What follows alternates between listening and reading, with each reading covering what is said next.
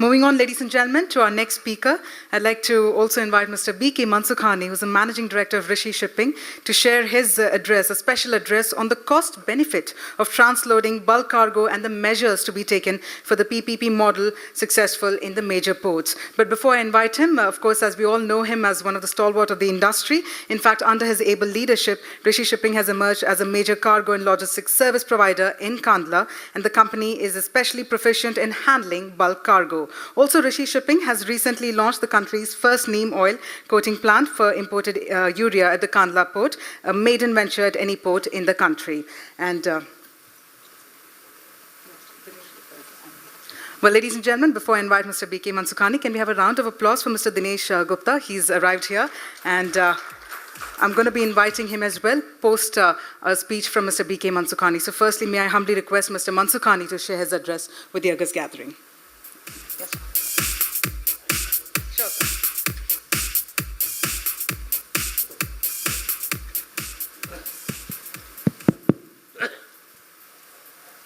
Honorable Dr. Vishwapati Trivedi ji,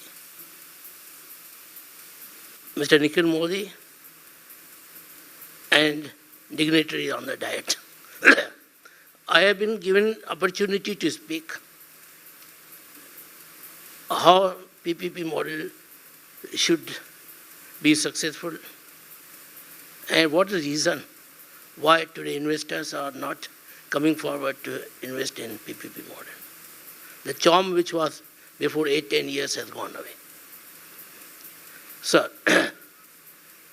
in 2008-2009, when our GDP growth was 8% and government was very confident that growth will be 2-digit. But we were not having infrastructure to handle that much cargo which were projected. Policymaker projected that in 2020, 2,800 to 2,900 million ton cargo will come to handle by all the ports of India. And in those days, we were having capacity of only 800 million tons. Since such a big volume was projected, so it was decided that now port will not make a slow investment, but let the private investment should be invited into the ports in the name of PPP projects. And at that time, everybody thought that I am getting a gold mines if I win the project. So they, I don't know how they calculated, they went to 32% to 49% gross revenue share to Government of India, to ports. And the TAMP finalized, notified the rates, which rates were low because the profit was giving in the storage charges, very high was kept, 16 rupees per ton per day. Berthage charges was 5 times or 6 times of the normal berthage charges of the port trust. And with this profit of 6 times in berthage charges and 16 rupees per ton per day of the storage charges, very, very big projects were made. Profitably what you was shown, and banks finance these projects. I am always telling in those days also that investment should be low because the interest of the India is 12% bank interest. It's not the Mr. Modi has brought on 1% interest and bullet train will be of Japan, he will be there. But if we make it 12%, then how bullet train can run here? Our rate of the interest is very high. Not only interest, but port also expected that they are not the landlords and they get very, very big margin of the profits. Revenue share was fixed on 3 subjects. One is the berthage charges, storage charges, and cargo handling charges. The marshy land which nobody is taken, the value, high value was given and high charges were there. 5 times to 6 times rental charges for marshy land, investment made by the investor, and again whatever cargo you are storing, pay revenue share to the port trust. Total waterfront port is taking 6 crore rupees a year. When 6 crore rupees you take take it at the waterfront, and the poor fellow handled 2 million ton cargo. 30 rupee per ton is the cost of only the license fee, in the name of the waterfront or rental charge, or whatever you say. Then, revenue share. Here in Kandla, people offer from 27%, some 32%, ABG 49%. With this 27 and 32%, the total port trust has to receive 70 rupee per ton as a revenue share from the PPP projects. Now, the rate fixed by the time is only 160 rupee per ton. Out of the 70 rupees they have to give to Kandla Port. Then the cargo handling cost is coming around 90 rupees per ton. So this 160 what he is getting from the customer, it is finished here. Then what about his other cost he has to pay from his own pocket. Now main pocket is the interest. 300 crore rupees the investment and bank charge 12%. So 36 crore rupees per year is the interest to be paid to the banks. If we handle 2 million ton cargo, so 180 rupee per ton is only the interest cost. If we handle 3 million ton, then 120 rupee is the interest. And he don't have any money to look after the bank, installment of bank, interest of the bank.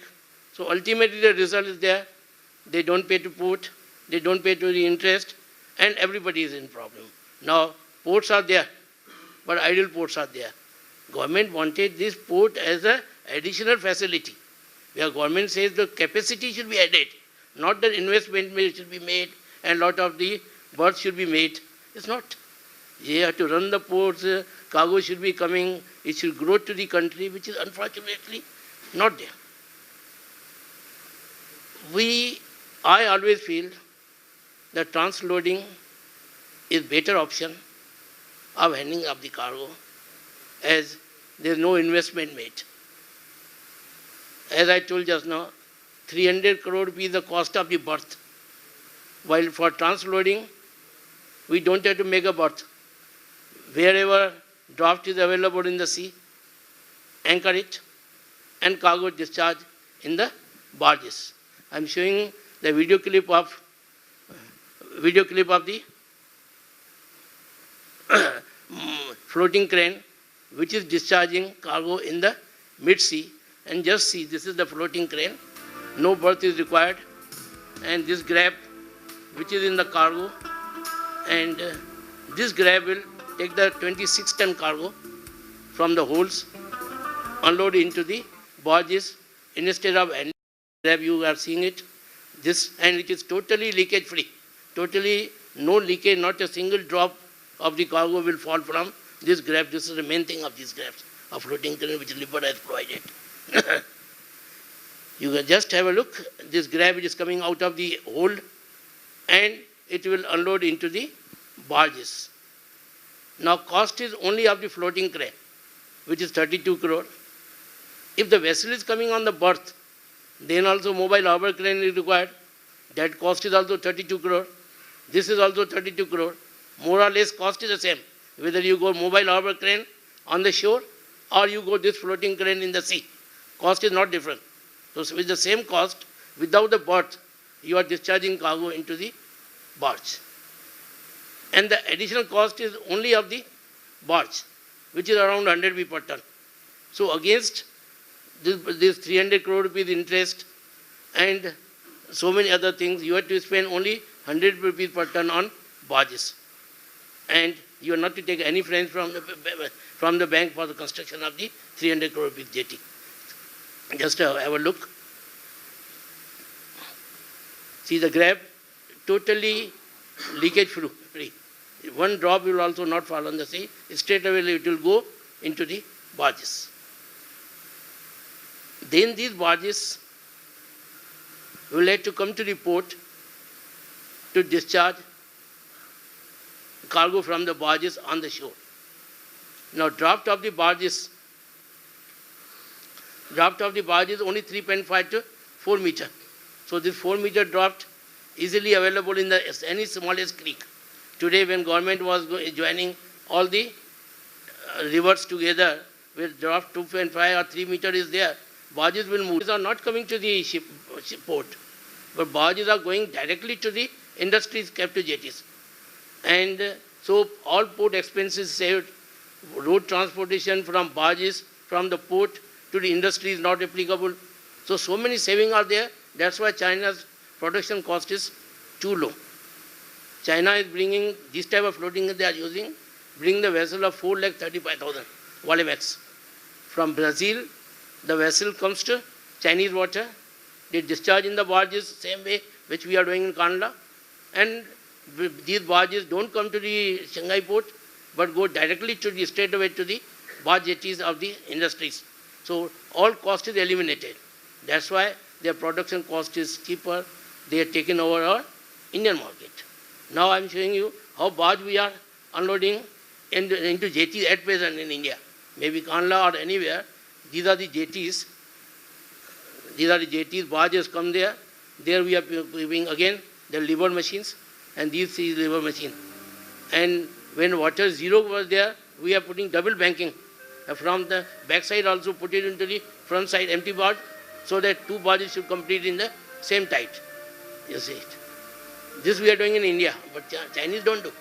Chinese take this barge directly to their industries, while we discharge in the port. Again from the port we are taking by trucks to the industry, costing 300, 400 per ton of the 200 kilometer distance industries are there. Just see, this is directly discharging to the trucks, or sometimes we discharge on the shore and take it and put it into the trucks. Now I suggest to Government of India that instead of making barge jetty, we should go for floating jetty. Your barge jetty is costing 30 crore rupees, while floating jetty is costing us only 2 to 3 crore rupees, only 3 crore rupees, maximum 3 crore rupees. Just I am showing you the floating jetty, how it is operating in USA.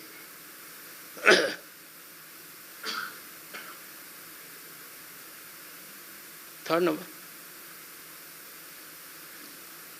So this is the, just now you saw in the port, this machine is on the wharf, discharging cargo from the barge. But here they have made a pontoon. Only the pontoon barge is there, and machine is kept on the pontoon. Have a look. And then hopper is kept on the pontoon, and barges is alongside the pontoon only. Pontoon you treat as a berth, floating jetty. And now see the cargo discharging to this hopper. From hopper we are given the conveyor. From the conveyor it is going directly on the shore. So 20 crore rupees cost of the barge jetty is not required. When growth will come to India and rivers will be joined, coastal cargo will start, then lot of berths are not required. These floating jetties complete the work, go to other jetty wherever required. While this jetty on the port is fixed there only. If there is no work in Tuna barge jetty, no work, barge jetty is idle. But this is not idle. You complete the work, you remove it and take it to other place wherever you like. Kandla work is not there, take it to Bedi, take it to other ports. You have this floating jetty. Just see, only pontoon is costing 2 crore rupees and conveyor costing 1 crore rupees. Even conveyor we can extend if the industry is 1 kilometer away or 2 kilometer away. The port gives the land to the industry who require the, then this cargo, this you are seeing the conveyor. Conveyor can drop the cargo in another hopper on the land, and from that hopper, conveyor can connect to 1-2 kilometer to the industry. So cargo, like Chinese, they are doing it. Same thing, this proposal is there. From here, take it to the conveyor, and conveyor should put it to another hopper on the land, and from there, you connect it into the another conveyor and take it to the industry. So no cost is required. Chinese cost is $9 in total logistic. Discharge from ship to barge, barge to their industry only $9. And freight is today $12 from Brazil to China. So 12 plus 21, 9. So $21 in 1,500 rupees, they bring the cargo from Brazil up to the landed into the industry. While what we are doing, we bring from Karnataka, from Odisha cargo to Kandla, the steel industry, they are paying 4,000 to 4,500 rupees, only transport cost. While China is spending only 1,500 rupees. This saving of 3,000 rupees will reduce their production cost. And if the product cost is reduced by 3,000, plus their power is also cheaper because of the so many logistic plants. So they can dump their steel in India. Indian industry is totally going to be one by one closed. We are Chinese taking our global market. When global market is China taking away because of the lowest cost, when again we export the same product, same system which we are adopting today, then again more logistic cost, how you are going to sell our product globally? We can't say, so make in India, Modi, it cannot come.